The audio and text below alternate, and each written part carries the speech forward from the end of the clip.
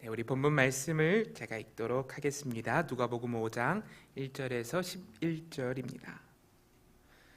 무리가 몰려와서 하나님의 말씀을 들을새 예수는 게네사렛 호숫가에 서서 호숫가에 배 두 척이 있는 것을 보시니 어부들은 배 외에서 나와서 그물을 씻는지라. 예수께서 한 배에 오르시니 그 배는 시몬의 배라. 육지에서 조금 떼기를 청하시고 앉으사 배에서 무리를 가르치시더니 말씀을 마치시고 시몬에게 이르시되 깊은 데로 가서 그물을 내려 고기를 잡으라. 시몬이 대답하여 이르되 선생님, 우리들이 밤이 새도록 수고하였을 때 잡은 것이 없지만은 말씀에 의지하여 내가 그물을 내리리이다 하고, 그렇게 하니 고기를 잡은 것이 심이 많아 그물이 찢어지는지라. 이에 다른 배에 있는 동무들에게 손짓하여 와서 도와달라 하니 그들이 와서 두 배의 채움에 잠기게 되었더라. 시몬 베드로가 이를 보고 예수의 무릎 아래에 엎드려 이르되 주여, 나를 떠나소서, 나는 죄인이로소이다 하니, 이는 자기 및 자기와 함께 있는 모든 사람이 고기 잡힌 것으로 말미암아 놀라고 세베대의 아들로서 시몬의 동업자인 야고보와 요한도 놀랐습니다. 예수께서 시몬에게 이르시되 무서워하지 말라. 이제 후로는 내가 사람을 취하리라 하시니, 그들이 배들을 육지에 대고 모든 것을 버려두고 예수를 따르니라. 아멘. 아멘입니다.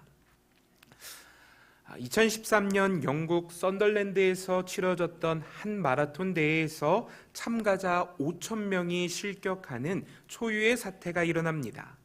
선두를 달리고 있던 마크 후드 선수를 제외하고는 모든 선수들이 실격을 한 것인데요. 그 배경은 이렇습니다.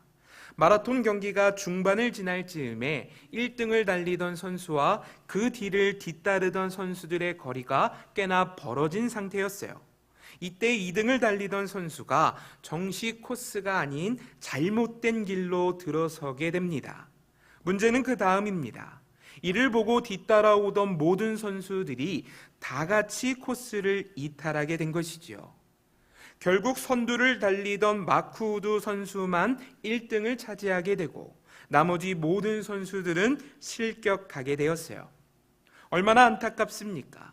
달리기 해보셨지요? 얼마나 숨이 차고 어려운 게 달리기입니까? 1, 2마일을 뛰는 것도 쉽지가 않아요. 그런데 여기에 참가한 선수들은 42.195km를 달렸습니다. 마일로 따지면 26마일을 뛴 것이에요. 숨이 턱끝까지 차오르고 근육이 찢어지는 고통과 아픔이 있었지만 좋은 결과를 얻기 위해서 정말 죽음을 각오하고 달렸습니다. 그런데 그 결과가 무엇이라고요? 실격이었어요. 다른 말로는 실패지요. 이 경주를 위한 그들의 모든 노력과 수고가 헛것이 되어버리고 말았습니다. 사실 이 마라톤 경주에서의 모습은 우리의 삶에서 비슷한 양상으로 나타날 때가 있는 것 같습니다. 최선을 다해서 노력하고 열심을 다해 힘써봤지만 이 노력과 수고의 열매가 실패로 나타날 때가 있죠. 한국의 통계청에 따르면요, 2023년 폐업한 자영업자의 수가 100만 명이었고 2024년에는 91만 명이 폐업을 했다고 합니다. 놀라지도 않으시죠? 100만 명, 91만 명. 제가 이렇게 하면 놀라셨을 텐데. 기사를 보고 저는 너무도 깜짝 놀랐어요. 100만 명이 폐업을 하였다는 것은요, 사업하시는 분들 10명 중에 1명이 문을 닫았다는 것입니다. 깜짝 놀랄 수치예요. 그들이 얼마나 간절히 사업을 지키려 했을까요? 망하고 싶어서 망하는 사람은 없습니다. 최선을 다했고 열심으로 땀 흘려 힘써봤지만 그 열매가 실패가 된 것입니다. 맞습니다. 수고에 합당한 열매를 얻는 것이 이토록 어렵습니다. 열심히 하지 않았기 때문이 아니고 노력이 없었기 때문이 아니라 땀 흘려 열심으로 씨앗을 뿌려봤지만 죄로 왜곡되어져 버린 세상은 실패라는 이름의 가시와 엉겅퀴를 우리에게 내어줍니다. 사랑하는 성도님들, 얼마나 많은 순간 실패와 허물을 경험합니까? 오늘 우리는 본문의 이야기 속에서 실패를 경험한 한 명의 인물을 보게 되죠. 바로 베드로입니다. 오늘 본문의 배경은 게네사렛 호숫가에서 조업을 마치고 그물을 씻는 베드로의 모습을 보여주며 시작합니다. 게네사렛 호수는 갈릴리 호수의 다른 이름이에요. 숙련된 어부였던 베드로는 자신이 가지고 있는 경험과 지식, 물고기를 잡기 위한 모든 방법을 다해서 그물을 던졌습니다. 성경은 베드로가 밤이 새도록 수고했다고 기록하지요. 본문 5절 전반부 말씀을 한번 볼까요? 시몬이 대답하여 이르되 선생님, 우리들이 밤이 새도록 수고하였을 때 잡은 것이 없지만은. 성경이 무엇라 말합니까? 밤이 새도록 수고했지만 잡은 것이 없었습니다. 땀 흘려 그물을 던지고 손이 터져라 그물을 담겨봤지만 그물에 든 것은 아무것도 없었어요.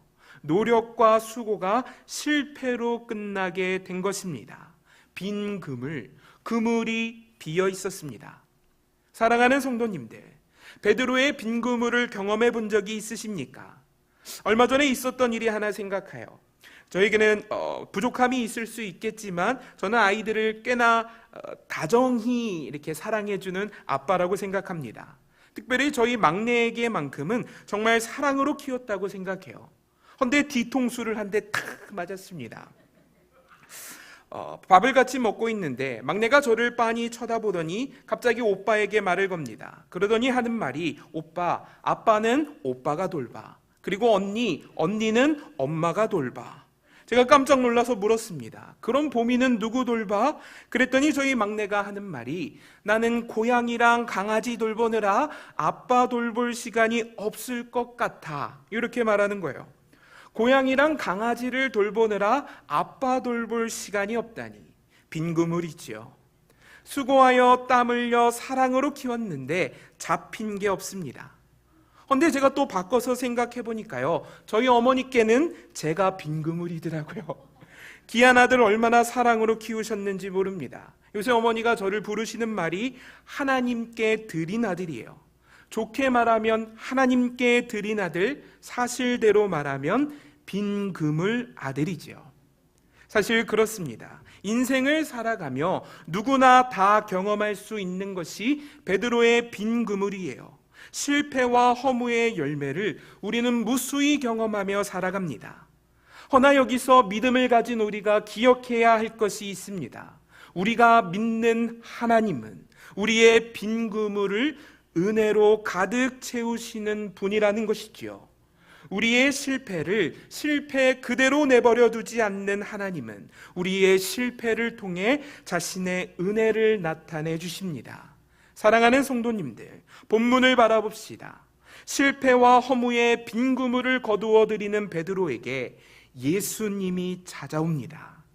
갈릴리 호숫가에서 무리들을 가르치시던 예수께서 한 배에 오르십니다. 본문 3절 말씀은 예수님이 오르신 그 배가 시몬의 배라고 기록합니다. 텅텅 비어있던 그 배, 베드로의 실패가 놓여있는 그 배 위로 예수님이 오신 겁니다.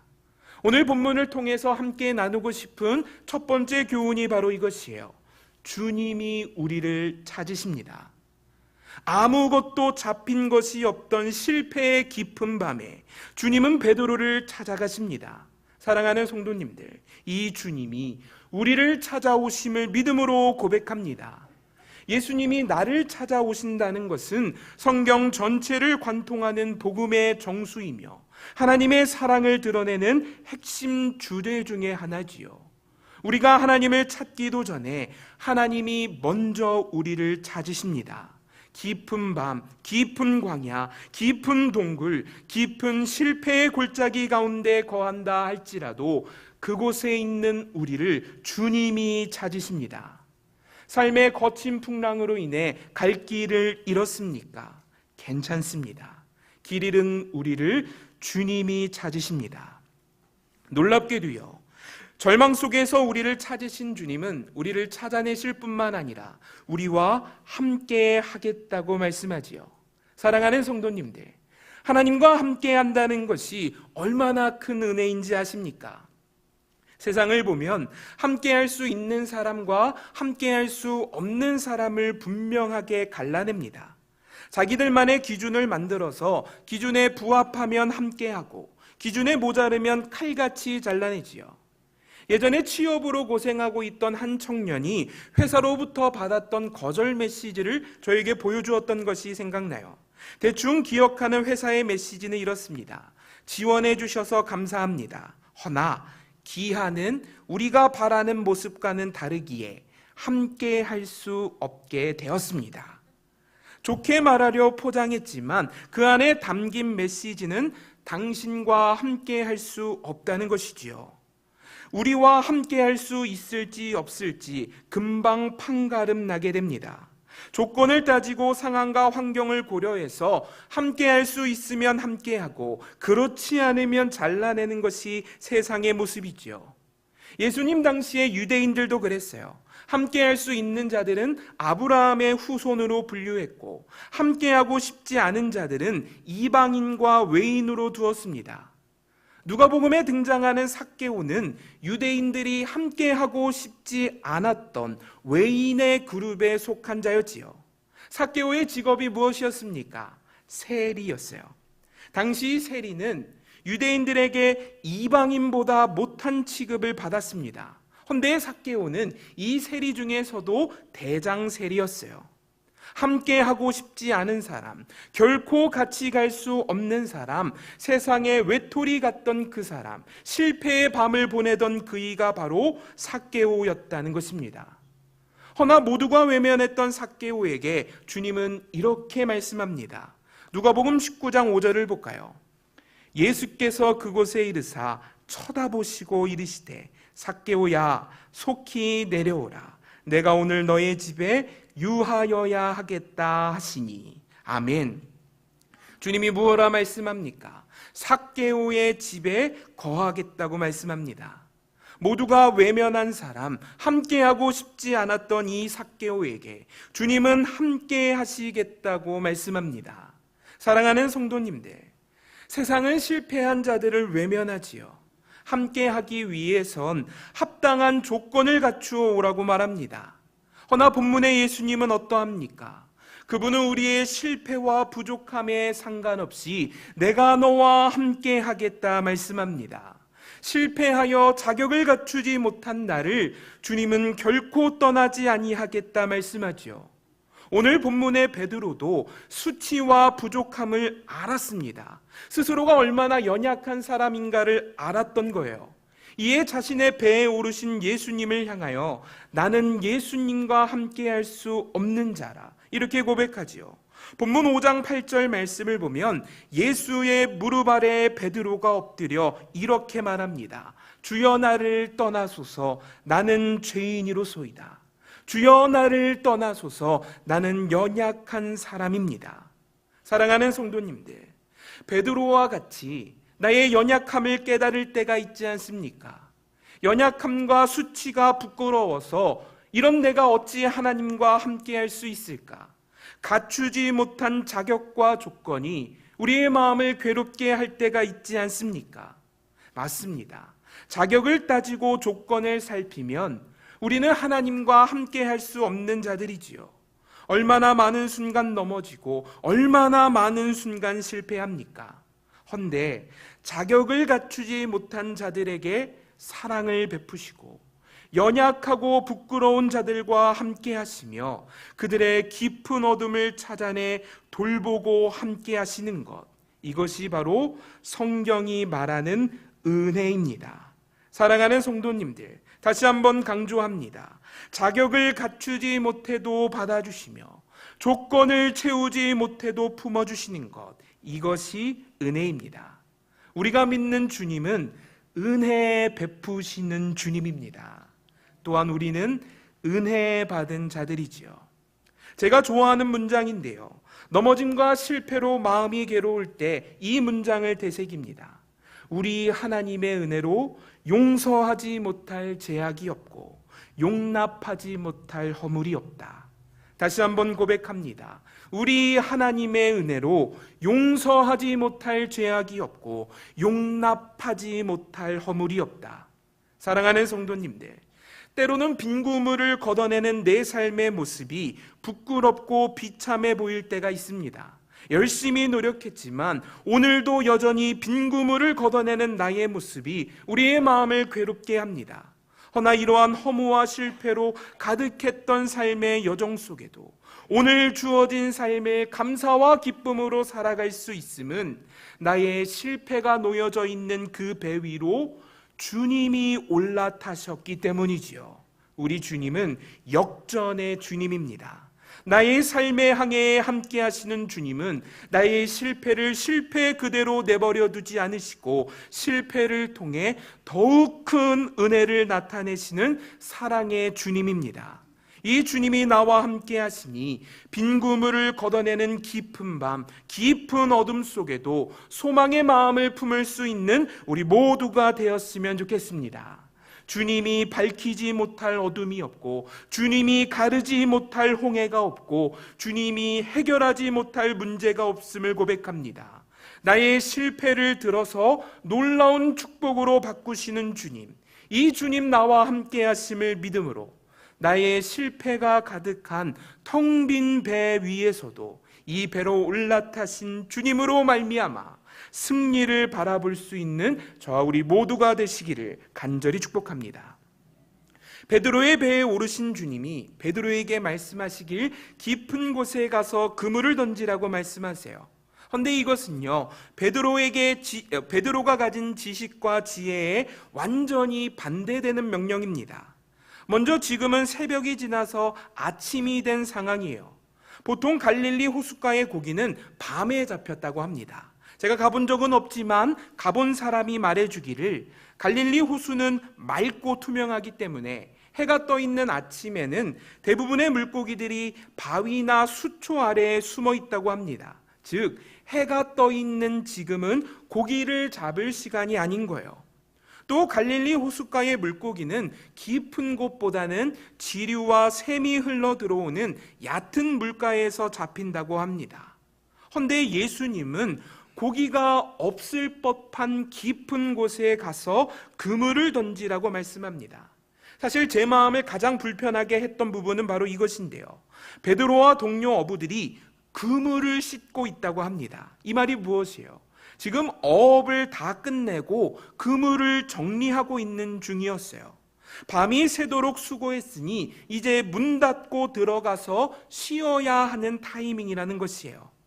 이제 문 닫으려고 그물 씻고 준비하고 있는데 그물을 또 던지라고 말씀하신 겁니다. 이것은 마치 10시에 문 닫아야 되는데 9시 59분에 단체 손님이 들어온 것과 같은 상황이에요. 따르기 쉽지 않은 명령입니다. 그냥 생각해봐도 평생을 고기만 잡아온 어부 베드로에게 목수이신 예수님이 어떤 조언을 해줄 수 있겠습니까? 그런데 여기서 우리가 주목할 것은 나의 상식과 지식에 반대되는 명령에 베드로는 믿음을 드러내 보였다는 것입니다. 본문 5절 말씀을 읽겠습니다.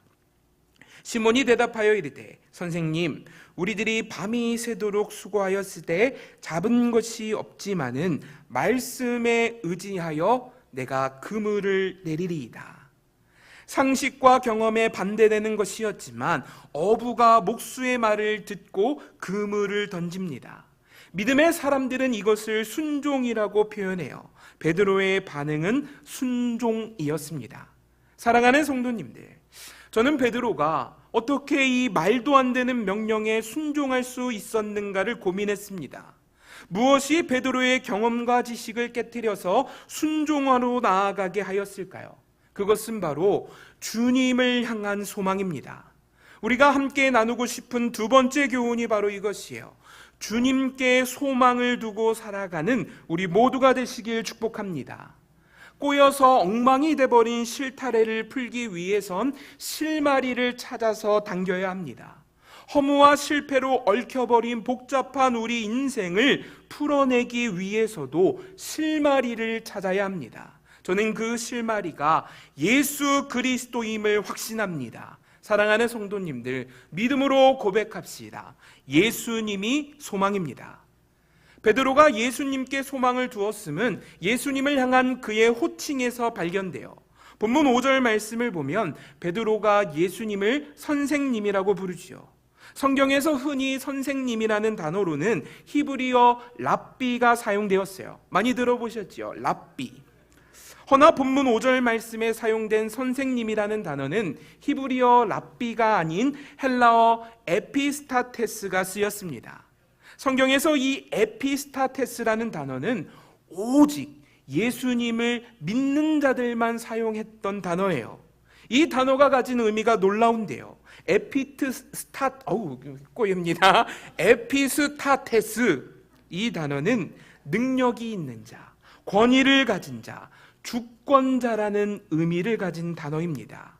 즉, 베드로는 자신의 경험과 지식이 아닌 예수님이 주권을 갖고 계심을 고백하고 있는 거예요.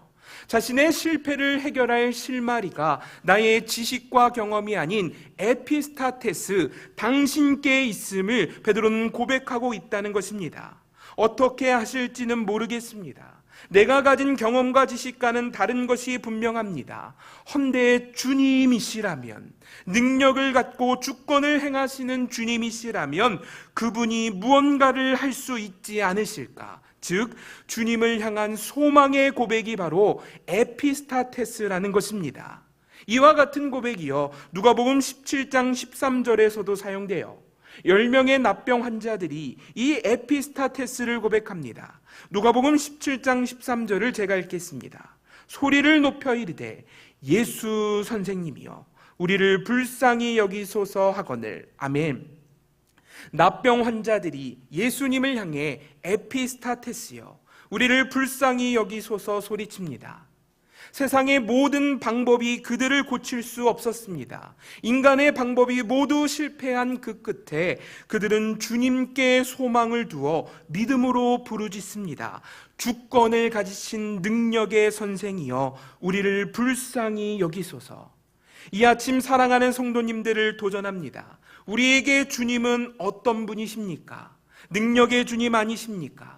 내 생각과 한계에 갇혀 계시는 분이 아니라 하늘을 움직이시는 능력으로 불가능을 행하시는 기적의 하나님, 온 천지 만물의 주권을 가지시니가 우리가 믿는 주님 아니십니까? 성경은 우리의 배 위로 올라타신 주님이, 나와 함께 하시는 주님이 어떤 분이신가를 계속해서 설명합니다.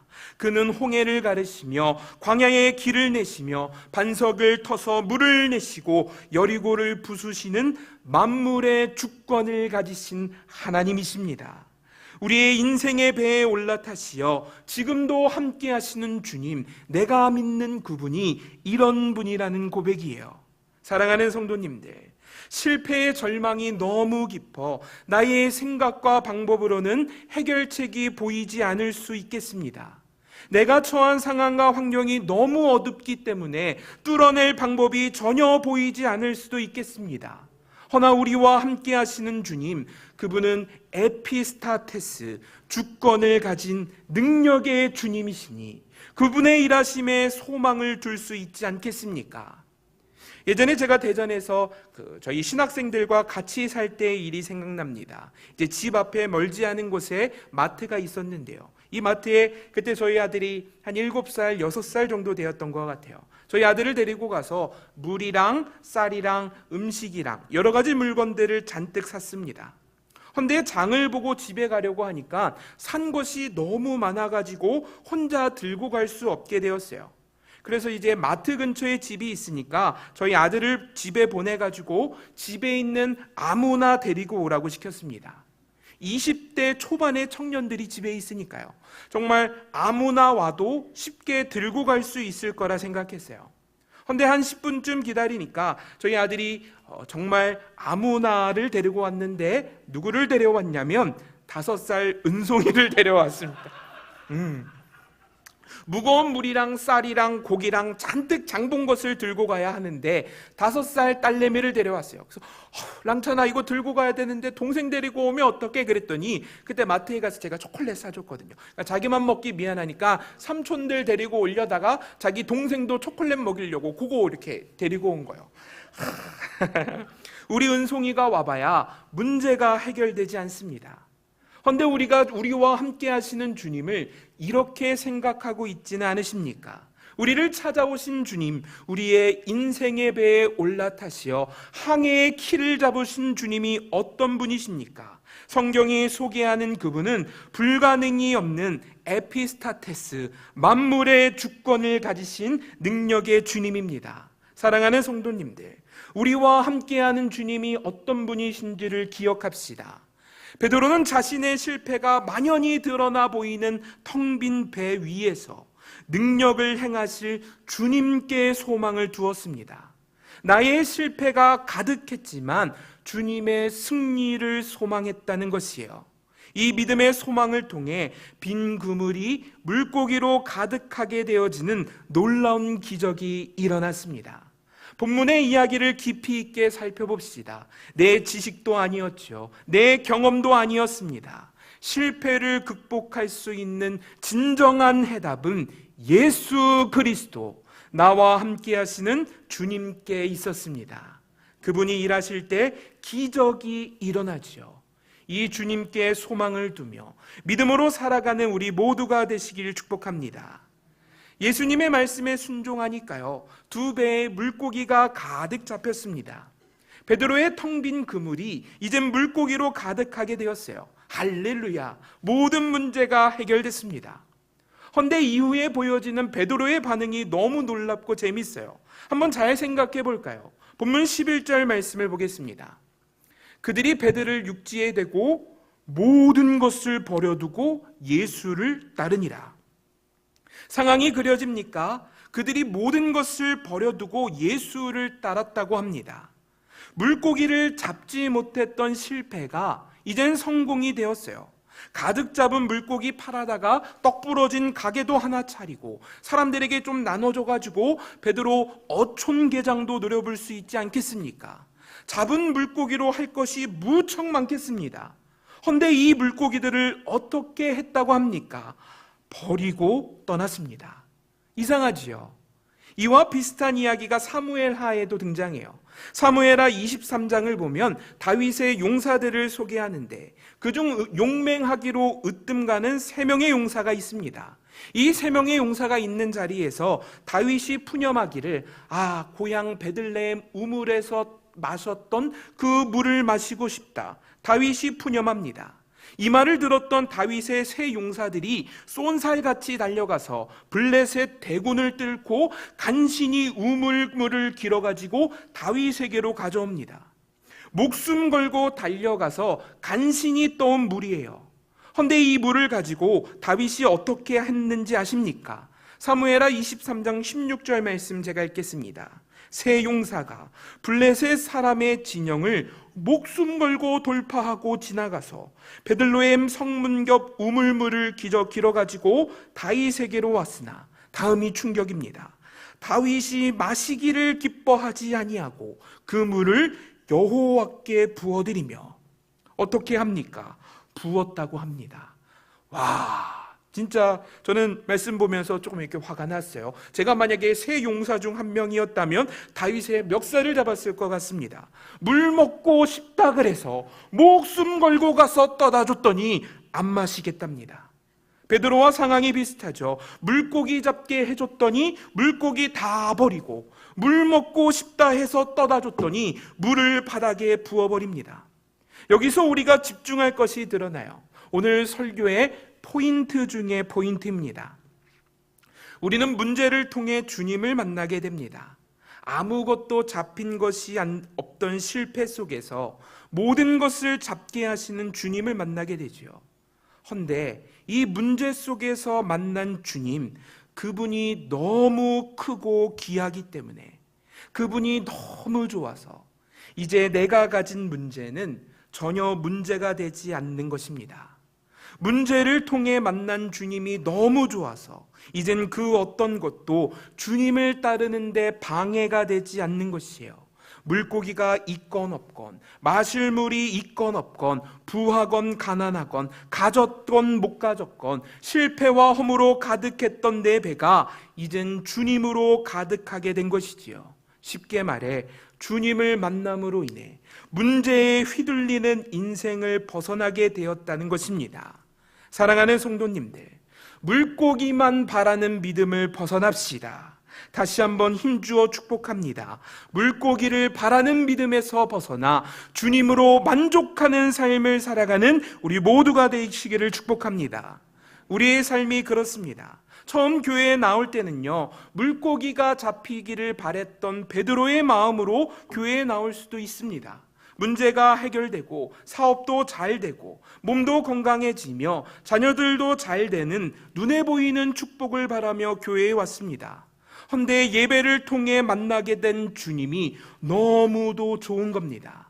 주님과 함께 믿음으로 살아가는 것이 너무도 행복하고 충만해서 다른 것이 있건 없건 이젠 그것이 중요한 것이 아니게 되었습니다. 진정한 기쁨, 진정한 만족, 충만과 평강이 주님께 있음을 알게 된 것이지요. 물고기를 바라는 신앙에서 주님을 바라는 신앙으로 나아가게 된 것입니다. 이것을 바울은 빌립보서를 통해 이렇게 말해요. 빌립보서 4장 11절 말씀부터 보겠습니다. 내가 궁핍함으로 말하는 것이 아니니라. 어떠한 형편에든지 나는 자족하기를 배웠노니 나는 비천에 처할 줄도 알고 풍부에 처할 줄도 알아. 모든 일 곧 배부름과 배고픔과 풍부와 궁핍에도 처할 줄 아는 일체의 비결을 배웠노라. 아멘. 일체의 비결이라고 말합니다. 가난해도 주님이 좋고 부유해도 주님이 좋고 배고파도 주님이 좋고 배불러도 주님이 좋다는 것이지요. 더 이상 세상 성공과 실패의 기준이 내 삶을 판가름할 수 없다는 것입니다. 왜 그렇습니까? 비록 내 배는 텅텅 비어 있지만 그 배를 가득 채우고도 남으실 주님이 나와 함께 하시기 때문에 이젠 물고기의 있고 없고의 여부는 내 삶의 기쁨과 평강을 판가름할 수 없는 가치 없는 기준이 되어버렸다라는 것이지요. 사랑하는 성도님들, 더 이상 세상 성공과 실패의 기준이 우리를 흔들어 놓지 않기를 축복합니다. 우리와 함께 하시는 주님이 세상보다 크시며 우리와 함께 하시는 주님이 진정한 성공과 만족이 되어줍니다. 이 주님으로 말미암아 풍성한 삶 살아가시는 저와 우리 모두 되었으면 좋겠어요. 이어서 바울은 13절 말씀을 통해 이렇게 고백합니다. 내게 능력 주시는 자 안에서 내가 모든 것을 할 수 있느니라. 물고기를 많이 잡았기 때문에 할 수 있고 내 삶의 모든 문제가 해결되었기에 할 수 있는 것이 아니라 물고기가 잡히지 않아도 내가 타 있는 그 배가 나의 실패와 허물로 얼룩져 있는 텅텅 빈 배라 할지라도 그 배에 함께 하시는 주님으로 말미암아 내가 모든 것을 할 수 있느니라.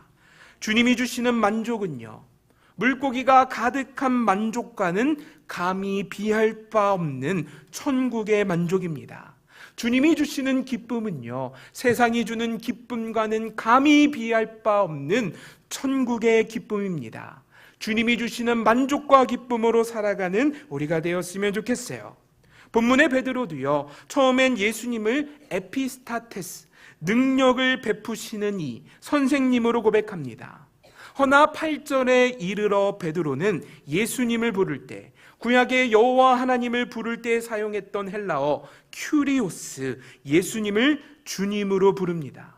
나의 주인, 나의 여호와, 당신이 나의 진정한 주인이라는 고백이지요. 사랑하는 성도님들, 다시 한번 도전합니다. 물고기를 바라는 신앙에서 벗어나 예수님을 나의 주님으로 고백하는 참된 신앙으로 나아가시길 축복합니다. 그분과 함께라면 깊은 감옥에서도 기뻐할 수 있고 고난의 터널에서도 감사할 수 있으며 죽음조차도 부활의 영광으로 바꾸시는 내 사모하는 주님과 함께라면 모든 실패와 고난을 딛고 일어설 참 능력과 소망을 경험하게 될 것입니다. 물고기가 있건 없건 주님으로 충만한 믿음의 삶, 세상 성공과 실패에 흔들리지 않고 주와 함께함으로 참 만족과 기쁨을 누리는 진정한 믿음의 삶, 이 삶 살아가는 저와 우리 모두 되시길 축복합니다. 말씀을 마치겠습니다. 아프리카에 사는 누라는 동물이 있는데요, 이 동물은 1년에 2번 대이동을 한다고 합니다. 누가 무엇이냐면요, 긴 뿔을 가진 아프리카 소입니다. 이 누가 대이동을 할 때는 수백만 마리가 떼를 지어서 움직이기 때문에 이 누떼의 대이동은 그 어느 것도 막을 수 없다 합니다. 수백만 마리가 떼를 지어 달려가니까 막 지축이 흔들리는데 굶주린 사자가 무리지어 있어도 누떼의 이동은 막을 수 없다고 하네요. 사자가 있어도 밟고 가고, 돌이 있어도 밟고 가고, 강이 있으면 뚫고 가고, 코끼리가 있어도 쓰러뜨려 밟고 넘어가는 것, 결코 막을 수 없는 행진이 누떼의 행진입니다. 주님과 함께하는 우리의 삶이 이런 것 같습니다. 문제가 있다면 밟고 가고, 실패가 있다면 딛고 가고, 절망이 있다면 뚫고 갑니다. 주님이 주시는 기쁨으로 낙심을 이겨내고 주님이 주시는 평강으로 두려움을 밟고 갑니다.